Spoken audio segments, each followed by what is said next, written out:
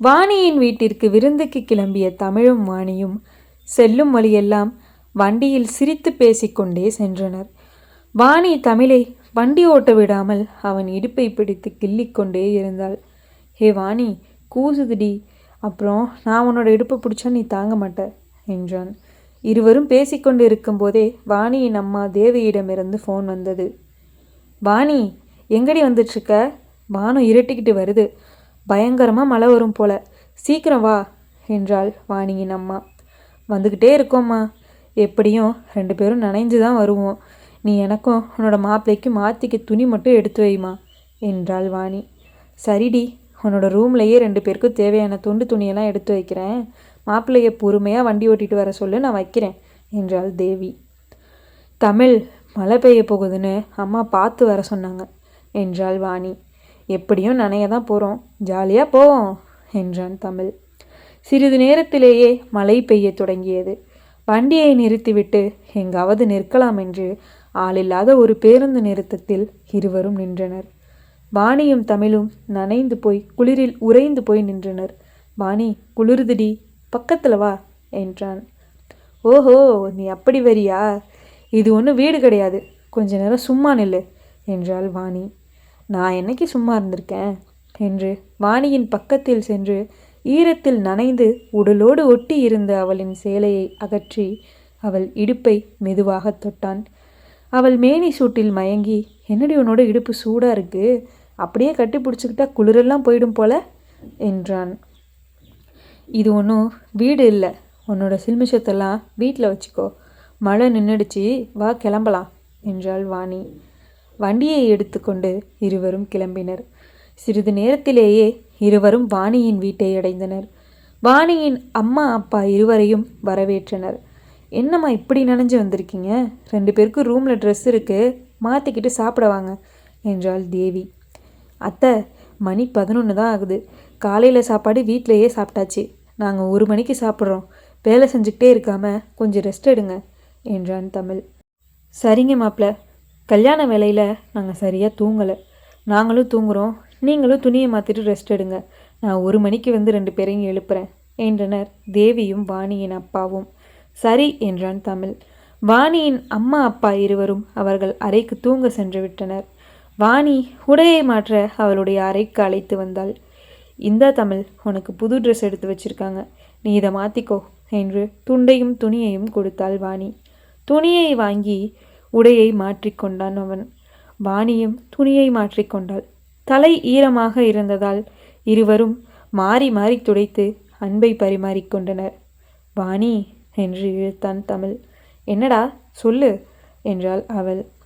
எல்லாம் செஞ்ச நீ என்னோட குளிரை மட்டும் போக்க மாட்டேன்னு சொல்கிறியே என்று சினிங்கினாள் தமிழ். போடா, நீ எதுக்கு இதை சொல்கிறேன்னு எனக்கு நல்லா தெரியும், பேசாமல் தூங்கு என்றாள். தூங்கலாம் மாட்டேன், நீ வா என்று அவள் சேலையை பிடித்து இழுத்தான். அவளுக்கு வெக்கம் வந்து விட்டது. இதெல்லாம் இப்போ வேணாம், என்னை விடு என்றாள் சினுங்கிக் கொண்டே. இப்போ இல்லைனா வேற எப்போ வச்சுக்கிறது, வாடி என்றான் தமிழ். அவன் ஆசையை மீறவா முடியும்?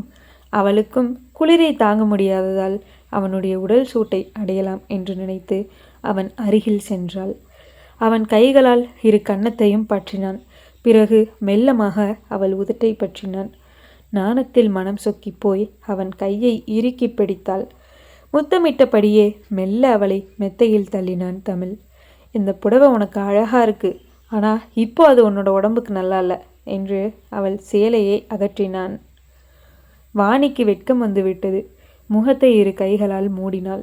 என்னடி, வெக்கமாக இருக்கா என்றான். ஆமாம், இருட்டாக இருந்தால் ஒன்றும் தெரியாது, பட்ட பகலில் இப்படி பண்ணுறியே, அப்புறம் வெக்கம் வராமல் வேற என்ன வரும் என்றாள். அவ்வளோதானே அவனோட பிரச்சனை என்று கூறி வெளிச்சம் தெரியாமல் இருக்க ஜன்னலின் பக்கத்தில் இருக்கும் ஸ்க்ரீனால் ஜன்னலை மூடினான். பிறகு லைட்டை அணைத்தான். இப்போ வெக்கமெல்லாம் போயிடுச்சா என்று கேட்டான். என்று தலையசைத்தாள் வாணி. இனிமேல் பிரச்சனை இல்லை என்று அவன் வேலையை ஆரம்பித்தான். பிறகு இருவரும் அசதியில் ஆழ்ந்த உறக்கத்திற்கு சென்று விட்டார்கள். நேரம் போனதே தெரியவில்லை. தேவி வந்து கதவை தட்டியவுடன் தான் இருவருக்கும் முழிப்பு வந்தது. இருவரையும் சாப்பிட அழைத்தாள் தேவி. இருவரும் சாப்பிட சென்றனர். மட்டன் குழம்பு, மீன் குழம்பு, வறுவல், அவியல் என நீந்துவது பறப்பது என அனைத்தையும் சமைத்து வைத்திருந்தாள் தேவி. தமிழுக்கு அசைவம் என்றால் மிகவும் பிடிக்கும். அதனால் ஒரு கட்டு கட்டினான். அனைவரும் ஒன்றாக சேர்ந்து சாப்பிட்டு முடித்தனர். மாப்பிள்ளை, இன்னைக்கு ஒரு இரவு இங்கே தங்குங்க என்றார் வாணியின் அப்பா. தமிழும் மறுக்க மனமில்லாமல் சரி என கூறிவிட்டான். சரி மாப்பிள்ளை, ரொம்ப சந்தோஷம். 2 பேரும் போய் படம் ஏதாவது பாருங்க என்று ரூமுக்கு அனுப்பி வைத்தனர். வாணியும் தமிழும் சேர்ந்து உண்ட மயக்கத்தில் பெட்டில் படுத்துக்கொண்டு படம் பார்க்க தொடங்கினர்.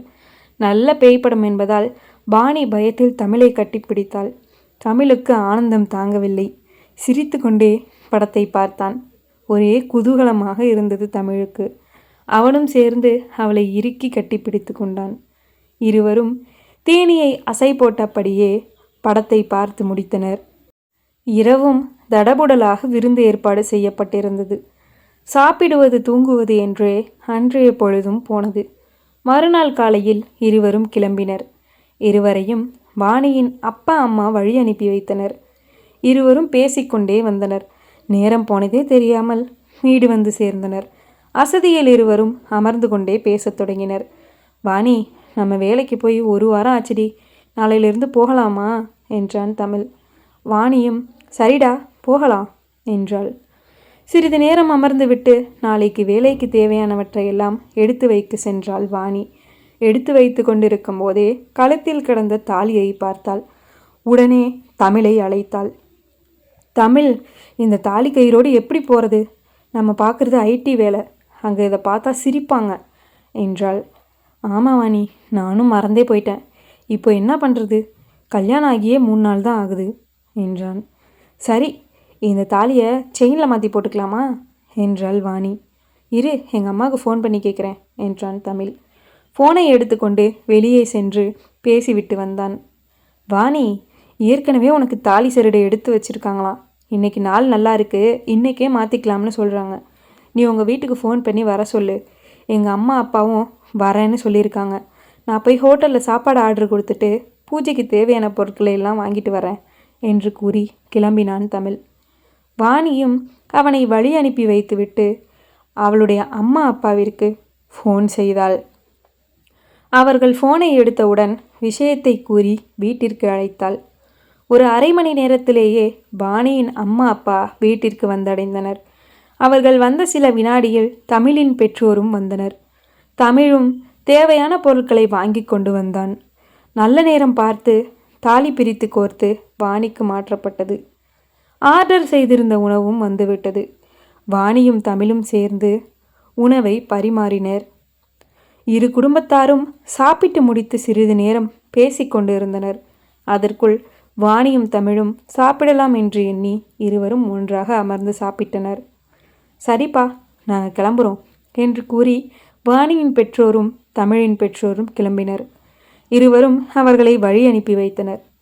சரி வா வாணி, நாம் நாளைக்கு போட்டுட்டு போகிறதுக்கு ட்ரெஸ் அயன் பண்ணி வைப்போம் என்றான் தமிழ். வாணியும் சென்றாள். இருவரும் சேர்ந்து துணிகளை மடித்து அயன் செய்து வைத்தனர். வாணிக்கு நாளைக்கு வேலைக்கு செல்வதில் விருப்பமில்லை. இன்னும் சிறிது நாட்கள் தமிழுடன் வீட்டில் நேரம் செலவிட வேண்டும் என்றுதான் ஆசை. ஆனால் அதை தமிழிடம் சொல்லாமல் இருக்கிறாள். எப்படியும் கம்பெனியில் தமிழுடன் தான் இருக்கப் போகிறோம் என்று எதுவும் சொல்லாமல் தேவையான பொருட்களை அவள் பேக்கில் எடுத்து வைத்து கொண்டிருந்தாள். பிறகு இரவு உணவுக்காக சப்பாத்தி மாவு பிணைந்து கொண்டிருந்தாள். எங்கே இவளை காணோம் என்று சமையல் அறைக்குள் சென்றான் தமிழ். அங்கு வியர்வையில் குளித்தபடி மாவை பிசைந்து கொண்டு இருந்தாள் வாணி. சமையலறை கதவில் நின்று அவளை ரசித்தபடியே பார்த்து கொண்டிருந்தான் தமிழ். முந்தானையை மடித்து இடுப்பில் சொருகியிருந்தாள். அதனால் அவளுடைய இடுப்பு லேசாக தெரிந்தது. அதை பார்த்தவுடன் தமிழால் அவன் நாணத்தை கட்டுப்படுத்த முடியவில்லை. எலி போல பதுங்கி பதுங்கி அவள் முதுகுக்கு பின்னே சென்றான்.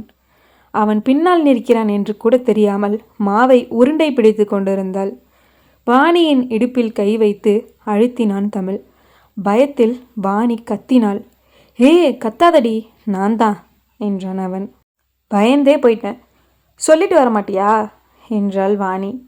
உன்னோட இடுப்பை பார்த்ததும் கிறுகிறுன்னு ஆகிடுச்சு, அதான் வந்தேன் என்றான் தமிழ். உனக்கு எல்லாம் வரும், போய் உட்காரு, சப்பாத்தி போட்டு எடுத்துட்டு வரேன் என்றாள் வாணி. சரி என்று சலித்து கொண்டு போய் அமர்ந்தான் தமிழ். சப்பாத்தியை போட்டு எடுத்து கொண்டு வந்து அமர்ந்தாள் வாணி. இருவரும் டிவியை பார்த்து கொண்டே சாப்பிட்டு முடித்தனர்.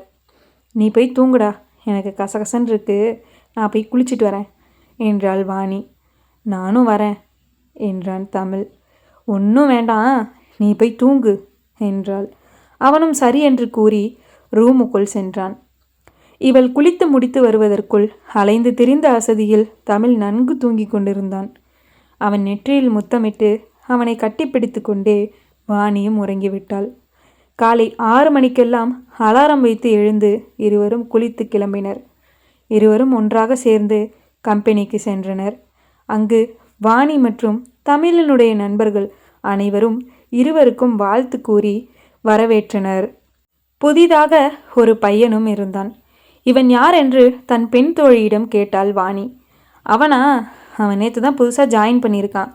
உன்னோட சீட்டுக்கு பக்கத்து சீட்டு தாண்டி அவன் என்றாள் வாணியின் தோழி பிரியா.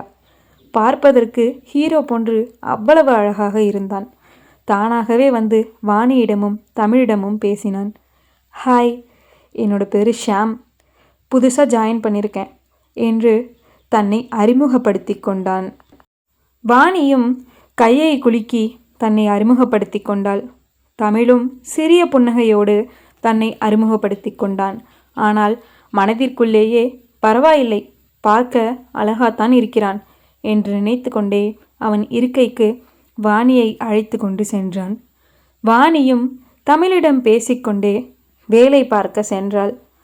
சிறிது நேரத்தில் ஷாமும் வாணியின் பக்கத்தில் வந்து அமர்ந்தான். ஹே வாணி, நான் இப்போதான் சேர்ந்துருக்கேன். எனக்கு ஏதாவது டவுட்னா உங்ககிட்ட கேட்குறேன், சொல்லி தருவீங்களா என்றான். ஒன்றும் பிரச்சனை இல்லை ஷாம், நான் சொல்லித்தரேன், எது வேணும்னாலும் கேளுங்க என்றாள் வாணி. இவர்கள் பேசுவதை தமிழும் கேட்டுக்கொண்டு இருந்தான். இருவரும் பேசிக்கொள்வது தமிழுக்கு பிடிக்கவில்லை போல. ஆனாலும் இதை வாணியிடம் சொல்லிக்கொள்ளவில்லை. அனைவரும் மெய்மறந்து வேலை பார்த்து கொண்டிருந்தனர். டீ காப்பி குடிக்கும் இடைவேளை வந்தது. எல்லோரும் எழுந்து சென்றனர். தமிழும் எழுந்தான். ஆனால் வாணி எழுந்திருக்காமல் ஷாமிடம் பேசி கொண்டிருந்தாள். வாணி, வா, கேன்டீனுக்கு போகலாம் என்று அழைத்தான் தமிழ். நான் வரல தமிழ், நீ மட்டும் போயிட்டு வா என்றாள் வாணி. எப்போதும் தமிழுடன் சுற்றித் திரிபவள் இன்று வராதது தமிழுக்கு வேதனையை அளித்தது. அவன் மட்டும் தனியாக சென்றான். ஷாம் அவனை பற்றிய அனைத்தையும் வாணியிடம் கூறிக்கொண்டிருந்தான்.